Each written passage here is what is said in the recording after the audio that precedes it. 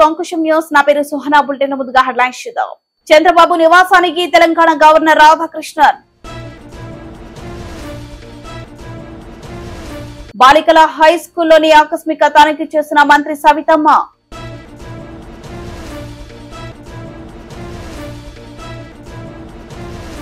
మూడెకరాల స్థలం చూపిస్తే 100 పడకల ఆసుపత్రి నిర్మిస్తా. ప్రభుత్వ ఆసుపత్రుల సేవలను ప్రజలు ఉపయోగించుకోవాలి. ఎమ్మెల్యే నల్లమిల్లి రామకృష్ణారెడ్డి.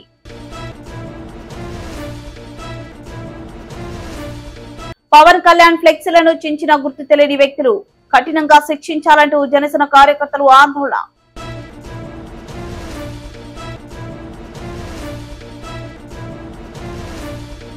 ఎమ్మెల్యేగా గెలుపుతో పుట్టకొండలో కార్యకర్తలు మొక్కుబడులు చెల్లించుకున్న నల్లమిల్లి దంపతులు.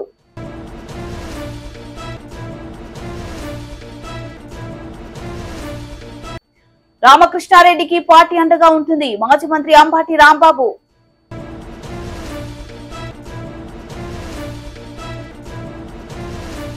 రామోజీరావు ప్రజల పక్షపాతి, జర్నలిస్టు విలువను కాపాడటంలో ఉన్నారు ఉప ముఖ్యమంత్రి పవన్ కళ్యాణ్.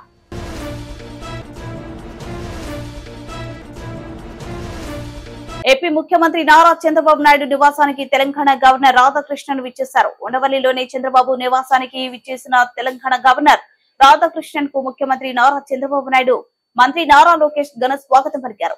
అనంతరం సన్మానించి ముఖ్యమంత్రి మెమంటోను అందజేశారు.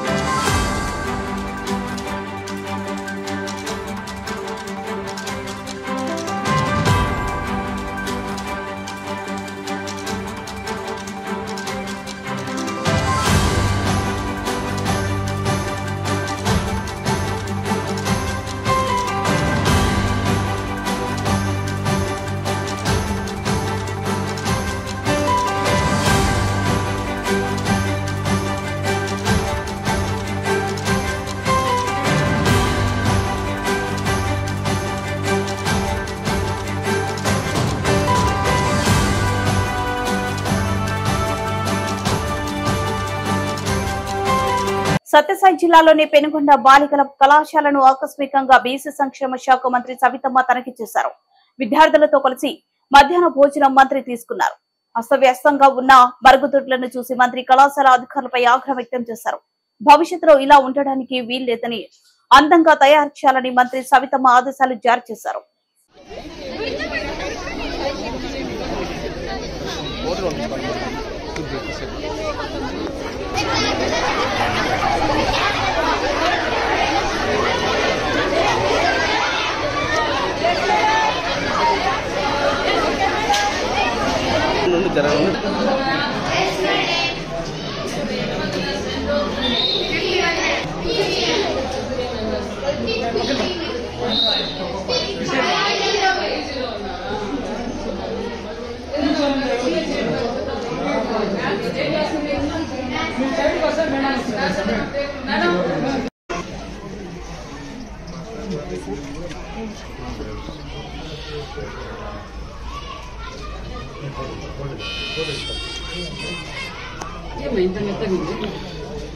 అది బియ్యం కొత్తగా వచ్చినాయి కదా, పచ్చి ఉంటుందని మెత్తగా పర్వాలేదు తినేది. ఇప్పుడు అంటే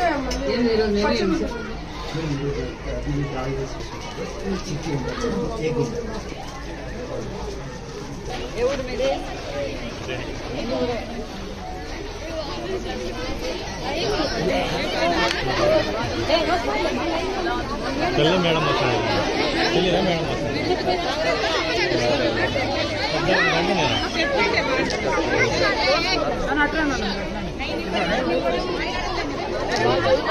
అనపర్తి ప్రాంతీయ హాస్పిటల్ వైద్యులు, వైద్య సిబ్బంది, ఇతర సిబ్బంది, గ్రామ పెద్దలతో సమావేశంలో అనపర్తి శాసనసభ్యులు నల్లమిల్లి రామకృష్ణారెడ్డి మాట్లాడుతూ గడిచిన వైసీపీ పాలనలో అనపర్తి కమ్యూనిటీ హెల్త్ సెంటర్ ను 100 పడకల ఆసుపత్రిగా అప్గ్రేడ్ చేస్తూ అప్పటి ఎమ్మెల్యే సత్య సూర్యనారాయణరెడ్డి తీసుకొచ్చిన మంజూరులో ఇబ్బందులు ఉన్నాయని అనపర్తి ఎమ్మెల్యే నల్లమిల్లి రామకృష్ణారెడ్డి పేర్కొన్నారు. 100 పడకల ఆసుపత్రి కోసం గ్రామం నుంచి 3 ఎకరాల స్థలాన్ని చూపించాల్సిన ఉండగా ఆసుపత్రిని అనుకున్న కళావేదిక ఇతర ఖాళీ స్థలాలను ఆసుపత్రి స్థలం చూపించి అప్గ్రేడ్ మంజూరు తేవడం జరిగిందన్నారు. ప్రాంతీయ ఆరోగ్యంగా కేంద్ర సర్వేసభ్య ఎమ్మెల్యే నల్లమిల్లి రామకృష్ణారెడ్డి అధ్యక్షతన జరిగింది. లేని స్థలాలను చూపించి మంజూరు చేయడం వెనుక ఆంతర్యం ఏమిటో అర్థం కావాలన్నారు. ప్రభుత్వ నిబంధనల ప్రకారం 3 ఎకరాల స్థలం కావాల్సిందేనని ఆనాడు సిఫారసు చేసిన అభివృద్ధి కమిటీ కానీ అప్పటి ఎమ్మెల్యే కానీ ఈ స్థలాన్ని ప్రభుత్వానికి చూపిస్తే త్వరితగతిని 30 పడకల ఆసుపత్రిని 100 పడకల ఆసుపత్రిగా మారుస్తూ సంబంధిత అదనపు కట్టడాలను నిర్మాణానికి నిధులు మంజూరుకు కృషి చేస్తానన్నారు.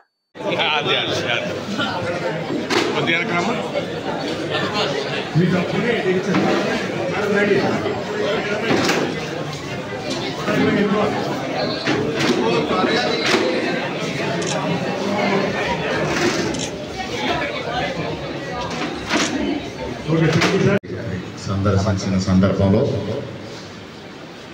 ఇక్కడ ఏర్పాటు చేసిన సమావేశానికి అధ్యక్షత వహించిన ఆసుపత్రి సూపరింటెండెంట్ శ్రీ రామగోరెడ్డి గారికి, కార్యక్రమంలో ముఖ్య అతిథులుగా పాల్గొన్న DCHS డాక్టర్ పద్మశ్రీ గారికి, అదేవిధంగా ఆర్ఎంఓ డాక్టర్ పద్మశ్రీ గారికి, ఈ కార్యక్రమానికి విచ్చేసిన ఆసుపత్రి వైద్యులకు,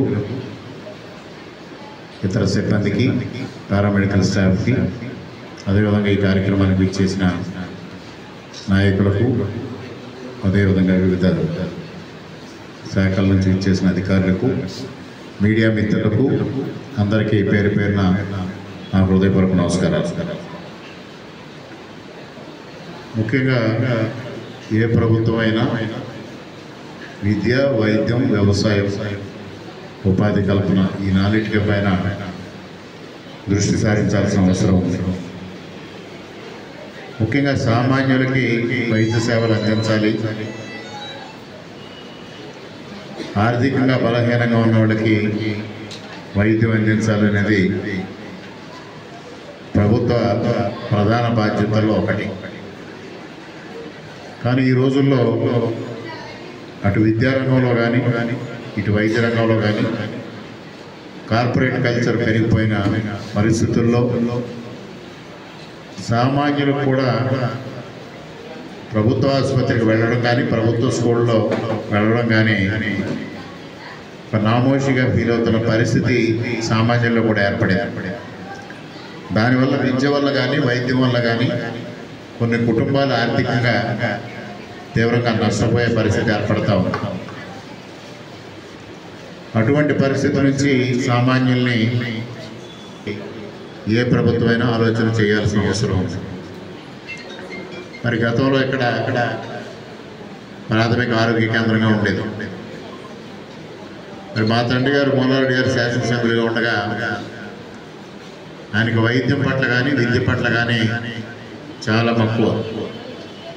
సాధారణంగా ఒక 30 సంవత్సరాల క్రితం మండలానికి ఒక ప్రాథమిక ఆరోగ్య కేంద్రం మాత్రమే మంజూరు చేసేవారు. అటువంటిది అనపర్తి మండలంలో అప్పటికే అనపర్తిలో ప్రాథమిక ఆరోగ్య కేంద్రం ఉండడం, అదేవిధంగా కుతుకులూరులో ఒక ప్రాథమిక ఆరోగ్య కేంద్రం ఉండడం జరిగేది. తర్వాత దీన్ని 30 బెడ్ హాస్పిటల్గా అప్గ్రేడ్ చేయడం, అయినప్పటికీ కూడా రామవరంలో ఒక ప్రాథమిక ఆరోగ్య కేంద్రాన్ని ఆ రోజు మూలారెడ్డి గారు మంజూరు చేయించడం కూడా జరిగింది.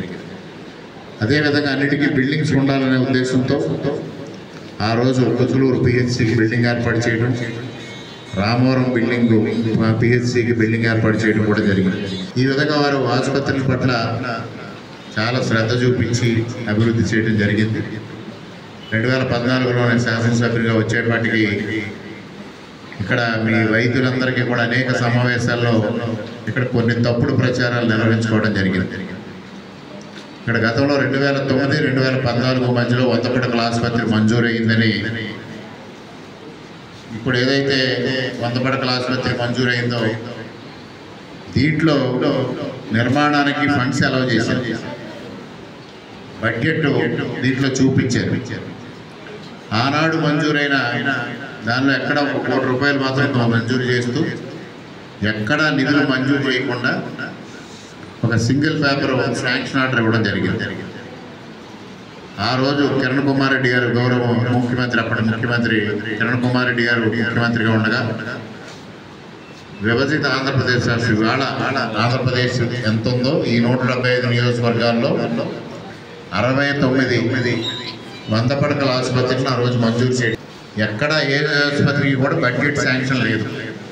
వైద్య సిబ్బందిని కేటాయించాల, పారామెడికల్ స్టాఫ్ని కేటాయించాల, ఏమీ లేకుండా 100 పడకల ఆసుపత్రిని మంజూరు చేస్తూ ఉత్తర్వులు ఇచ్చారు. ఆ రోజు కిరణ్ కుమార్ రెడ్డి గారు ముఖ్యమంత్రిగా ఉండగా ఇటు రోడ్డు శాంక్షన్ కానీ ఇతర అభివృద్ధి కార్యక్రమాలు కానీ ఈ విధంగా హాస్పిటల్స్ కానీ బడ్జెట్ 100% ఉంటే వారి శాంక్షన్స్ 250% ఉంటాయి. అంటే కొన్ని వ్యవహారాలు బయట మాట్లాడకూడదు. రాజకీయంగా కిరణ్ కుమార్ రెడ్డి గారు ముఖ్యమంత్రి స్థాయికి ఎదిగారు. తరువాత మరలా అటువంటి స్థాయి వారికి వస్తుందనే ఊహ వారికి లేదు కాబట్టి ఏ శాసనసభ్యులు వెళ్ళినా కాదనకుండా శాంక్షన్స్ ఇచ్చారు. అదేవిధంగా ఆ రోజు కాంగ్రెస్ పార్టీ, వైఎస్ఆర్ కాంగ్రెస్ పార్టీ దోబూచులు ఆడుకుంటున్న పరిస్థితుల్లో శాసనసభ్యులు కాంగ్రెస్ పార్టీ నుంచి వైఎస్ఆర్కి వెళ్లకుండా నిరోధించడంలో భాగంగా ఆ రోజు ఈ 100 పడకల ఆసుపత్రిని మంజూరు చేయడం జరిగింది. అప్పటి ఇక్కడ ఎవరైతే శాసనసభ్యులుగా ఉన్నారో వారు ఎక్కడికక్కడ సమావేశం. అమలాపురం రూరల్ మండలం నడిపూడి పంచాయతీ పరిధిలో బండారులంక ప్రధాన రహదారిని ఆనుకొని ఉన్న పవన్ కళ్యాణ్ ఫ్లెక్సీలను చించివేసిన గుర్తు తెలియని వ్యక్తులు. చిరిగిన ఫ్లెక్సీలను వద్ద ఆందోళన చేపట్టిన జనసేన నాయకులు, కార్యకర్తలు. దోషులను కఠినంగా శిక్షించాలంటూ జనసేన నాయకులు, కార్యకర్తలు ఆందోళన సంఘటన స్థలానికి చేరుకుని విచారణ చేపట్టిన పోలీసులు.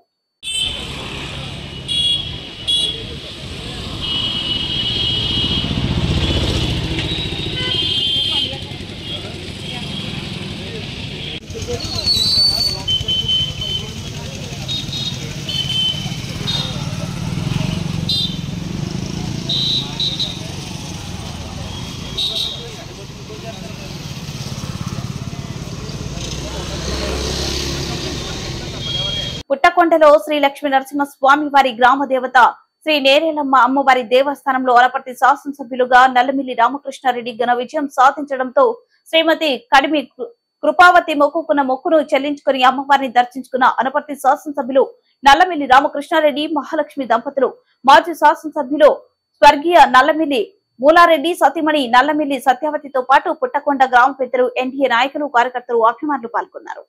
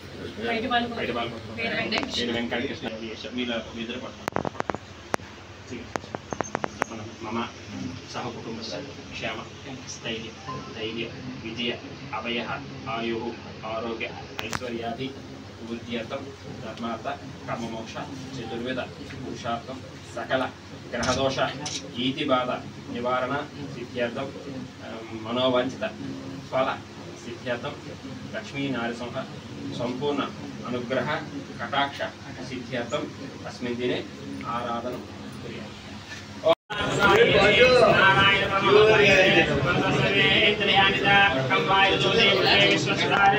नारायण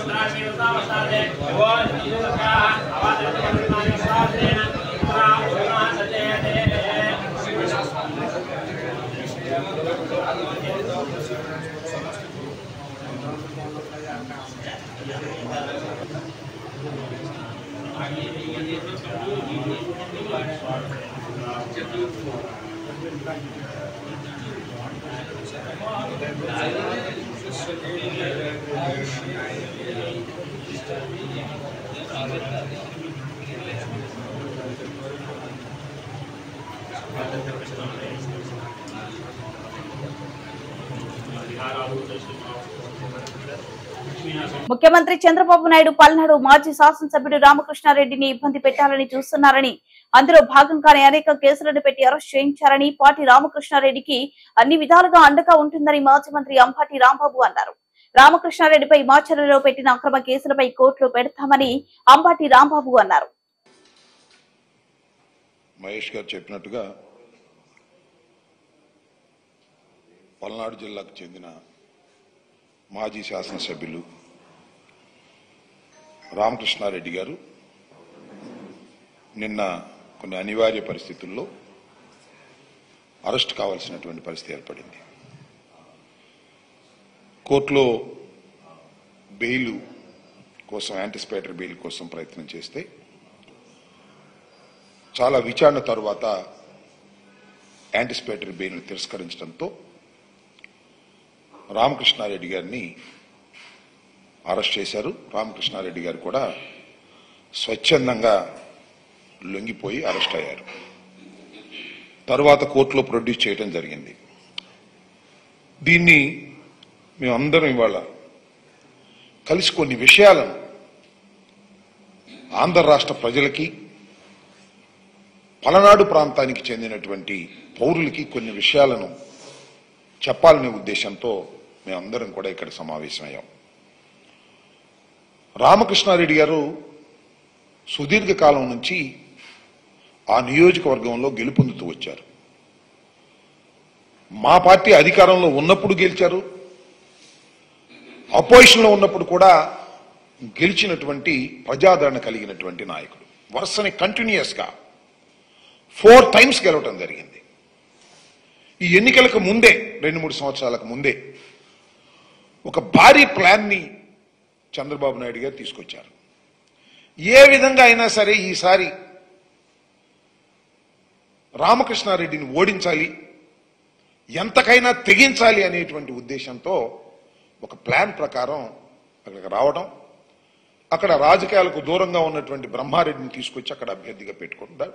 అది వారి స్వేచ్ఛ, మేము కాదని అనను, కానీ ప్రజలు అర్థం చేసుకోవాలని మనవి చేస్తున్నా. పెట్టి ఆయనకి పెట్టుబడులు పెట్టి ఆయన నడిపి ఏదో ఒక విధంగా రామకృష్ణారెడ్డి గారి కుటుంబాన్ని, రామకృష్ణారెడ్డి గారిని ఓడించాలి, వేధించాలి అనేటువంటి పద్ధతుల్లో ప్రయాణం సాగించారు, రాజకీయ ప్రయాణం. ఎన్నికల్లో జరిగినటువంటి విషయాలు మీకు తెలుసు. ఈవీఎంని పగలగొట్టాడు అనేది టీవీల్లో కూడా వచ్చింది. అది పోలీసు వారు ప్రదర్శించింది కాదు, ఎలక్షన్ కమిషన్ ప్రదర్శించింది కాదు. అది లోకేష్ గారి ట్విట్టర్ నుంచి బయటకు వచ్చింది. మరి ఆయనకు ఎందుకు అలా వచ్చిందో, అంత శక్తివంతం ఎలా వచ్చిందో లోకేష్ గారికి నాకైతే అర్థం కాల. నాకే కాదు, ఎవరికీ అర్థం కాదు. ముందు ఆయనకు వచ్చింది అది విజువల్, దాన్ని ట్విట్టర్లో పెట్టారు. ఆ ట్విట్టర్లో పెట్టింది చూసి కేసు పెట్టారు. ఈ కేసు అనేది it is pure A bailable case. Automatic గా 7 సంవత్సరాల రూపు శిక్ష పడేది కాబట్టి పోలీస్ స్టేషన్లోనే బెయిల్ ఇచ్చేస్తారు. అలా ఉండటానికి వీల్లేదు. ఈ కేసు పెట్టినా అతనికి బెయిల్ రావడానికి వీల్లేదు అనేటువంటి ఒక దురుద్దేశంతో 307 కేసు పెట్టారు. 1 కాదు 2 పెట్టారు. ఎవరు పెట్టింది? ఒక పోలీస్ ఆఫీసర్ కంప్లైంట్ మీద పెట్టారు. ఆ పోలీస్ ఆఫీసర్ ఎప్పుడు కంప్లైంట్ ఇచ్చాడు? ఇన్సిడెంట్ జరిగిన 9 రోజులు కంప్లైంట్ ఇచ్చాడు. 9 రోజుల తర్వాత కేసులో పెట్టారు. What is this? అర్థం కావట్లేదు. ఇట్స్ ఫ్యాబ్రికేటెడ్ అని. సంఘటన జరిగితే ఆ సంఘటన జరిగిన తక్షణమే నన్నో లేకపోతే సంబంధిత రామకృష్ణను ముద్దాయిగా పెట్టి కేసు రిజిస్టర్ చేస్తారు. కానీ సంఘటన జరిగిన 9 రోజుల తరువాత 307 బుక్ చేశారంటే ఆ డిలే అంటే చాలా కింద నుంచి పై దాకా మాట్లాడుకున్నారు, ఫోన్లో మాట్లాడుకున్నారు, లోకేష్తో మాట్లాడుకున్నారు, చంద్రబాబుతో మాట్లాడుకున్నారు, అందరితో మాట్లాడుకున్న తర్వాత ఈ ఈవీఎం కేసులో అయితే ఎమ్మటే బెయిల్ వచ్చేస్తే రామకృష్ణ రెడ్డికి అలా కుదరదు, 307 2 పెడదాం, అప్పుడు బెయిల్ రాదు అనేటువంటి ఒక దురుద్దేశపూర్వకంగా కుట్రపూర్వకంగా 307 2 పెట్టించారు. ఇది ధర్మమేనా అని అడుగుతా ఉన్నా, ఇది న్యాయమేనా అని అడుగుతా ఉన్నా. సరే కేసులు పెట్టారు, ఇవాళ అరెస్ట్ అయింది, చట్టం తన పని తాను చేసుకుపోతుంది, మేము చూస్తాం, మాకు న్యాయస్థానాల మీద గౌరవం ఉంది. ఇవాళ మీరు అరెస్ట్ చేశారు, కోర్టులో ప్రొడ్యూస్ చేశారు, కోర్టుకు మేము వెళ్తాం, జిల్లా కోర్టుకు వెళ్తాం. శాస్త్రంగా ఏం జైల్లో ఉన్నాడు కదా మా రామకృష్ణారెడ్డి గారు, బయటకు వస్తాడు కదా, 307 బెయిల్స్ వస్తాయి. కాకపోతే ఇట్ మే టేక్ టైం. మమ్మల్ని ఏదో ఒక విధంగా ఇబ్బంది పెట్టాలి, కక్ష సాధించాలి, వరుసనే గెలుస్తున్నటువంటి రామకృష్ణారెడ్డి మీద కక్ష సాధించాలనే ఏకైక దురుద్దేశంతో ఈ కథంతా నడుస్తూ ఉన్నదనేది మా ఉద్దేశం, మా ఆవేదన అని మనం చేస్తున్నాం. నేను తీసుకెళ్లారండి, మొన్న మా నాన్నగారు చెప్పాడు, ఒక ఫేక్ న్యూస్ ఫ్యాక్టరీ, ఫేక్ న్యూస్లన్నీ కూడా కలిసి ఆ ఫ్యాక్టరీలో రిలీజ్ చేస్తుంటారు. రామకృష్ణారెడ్డి గారిని అరెస్ట్ చేసి సొంత కారులో తీసుకెళ్లడం పట్ల విమర్శలు వచ్చాయంట. రామకృష్ణారెడ్డి గారిని అరెస్ట్ చేసింది ఎప్పుడైతే బెయిల్ రద్దయిందో. రామోజీరావు సంస్మరణ సభలో పవన్ కళ్యాణ్, నేను చూసిన రామోజీరావులో చాలా ప్రత్యేకతలు ఉన్నాయి. సినిమాలు చేసే సమయంలో రామోజీరావుతో ప్రత్యేక అనుబంధం లేదు. 2008లో నేరుగా ఒక్కసారి రామోజీరావును కలిసి మాట్లాడారు. రామోజీరావు ప్రజల పక్షపాతి, జర్నలిస్టు విలువను కాపాడటంలో ఉన్నారు. ప్రజల కోసం ఏం చేయాలనే అంశాలపైనే ఆలోచించారు. 2019లో నన్ను లంచ్ మీటింగ్ కు రామోజీరావు ఆహ్వానించారు. దేశంలో రాష్ట్రంలో పరిస్థితులు, ప్రతిక రంగం గురించి మా మధ్య చర్చ సాగింది. జనం తాలూకా అభిప్రాయాలే ఈనాడు పేపర్లో ప్రతిబింబిస్తాయి. లంచ్ మీటింగ్ సమయంలో రామోజీరావు వేదనను నేను నేరుగా చూశాను. ప్రజాస్వామ్యానికి పత్రికా స్వేచ్ఛ ఎంత అవసరమో ఈ దేశానికి చాటి చెప్పారు. అటువంటి వ్యక్తిపై ఎన్ని ఇబ్బందులు పెట్టారో మనందరికీ తెలుసు. పేపర్ ఒక్కటే నడపడం చాలా కష్టం, సాధ్యం కానీ విలువలతో ముందుకు సాగారు. ఇతర వ్యాపారులపై దాడులు చేసినా తట్టుకుని జర్నలిస్టుగా ఎక్కడ కాంప్రమైజ్ కాకుండా ముందుకు సాగారు. అవన్నీ తెలుసుకుని నాకు చాలా సంతోషం అనిపించింది. నువ్వు ఏం చేశావో, ఏం నమ్ముతావో త్రికరణ శుద్ధిగా చెయ్యి అని నాకు రామోజీరావు సూచించారు. Right to in.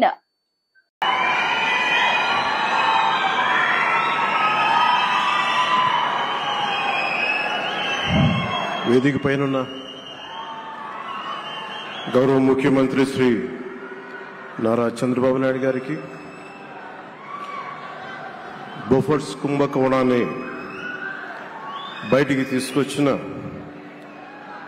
Hindu managing director, ఒకప్పుడు ఎడిటర్గా పనిచేసిన శ్రీ ఎన్ రామ్ గారికి, రాజస్థాన్ పత్రిక చీఫ్ ఎడిటర్ ఓనర్ అయిన శ్రీ గులాబ్ కొఠారి గారికి, రామోజీరావు గారు నాకు సినిమాలు ఉన్నా కానీ నాకు పరిచయం లేదు. ముందు షూటింగ్ ఆయన స్టూడియోస్లో చేసినా కానీ ఫస్ట్ టైం పాలిటిక్స్కి ఎంటర్ అయిన తర్వాత 2008లో ఆ సమయంలో ఆయన కలవటం జరిగింది. ఆయన మాట్లాడిన విధానం చాలా నిక్కచ్చిగా, ప్రజల పక్షపాతం. ఆయన మాట్లాడుతున్నంతసేపు నాకు మైండ్లో ఒకటే అనిపించింది, మనసులో జర్నలిస్టిక్ వాల్యూస్ని కాపాడటానికే ఆయన ఉన్నారు. ప్రజాక్షేమం, ప్రజా సంక్షేమం, ఈ పర్స్పెక్టివ్లోనే, ఈ కోణంలోనే ఆ చర్చ జరిగింది. నన్ను ఒకే ఒకసారి ఆయన 2019లో ఒక లంచ్కి ఆహ్వానించారు వారి కుటుంబ సభ్యులతోటి. ఆ రోజు ఆయన మాట్లాడింది దేశ పరిస్థితులు, ముఖ్యంగా పత్రికా స్వేచ్ఛ గురించి, పత్రికా రంగం ఎంత కీలకమైంది, ఆయన ఎప్పుడు కాంప్రమైజ్ అవ్వలేదు. ఒక విషయం చెప్పాలి అంటే అది తనకు తెలిసిన వారు అవ్వచ్చు, తన సన్నిహితులు అవ్వచ్చు, స్నేహితులు అవ్వచ్చు, కుటుంబ సభ్యులు అవ్వచ్చు, జనం కోసం వచ్చేటప్పటికి నిష్పక్షపాతంగా చాలా నిర్దాక్షిణ్యంగా ఉంటుంది ఆయన ఆలోచన పరిధి. బులెటిన్ ముగించే ముందు హెడ్లైన్స్ మరోసారి. చంద్రబాబు నివాసానికి తెలంగాణ గవర్నర్ రాధాకృష్ణన్. బాలికల హై స్కూల్లోని ఆకస్మిక తనిఖీ చేసిన మంత్రి సవితమ్మ.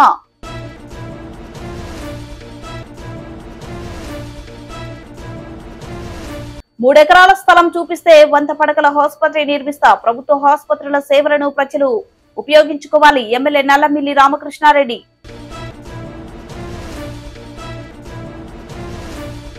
పవన్ కళ్యాణ్ ఫ్లెక్సీలను చించిన గుర్తు తెలియని వ్యక్తులు కఠినంగా శిక్షించాలంటూ జనసేన కార్యకర్తలు ఆందోళన.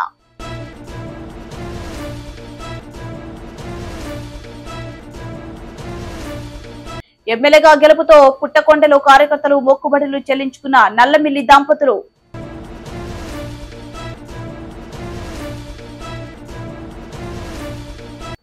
రామకృష్ణారెడ్డికి పార్టీ అండగా ఉంటుంది. మాజీ మంత్రి అంబాటి రాంబాబు.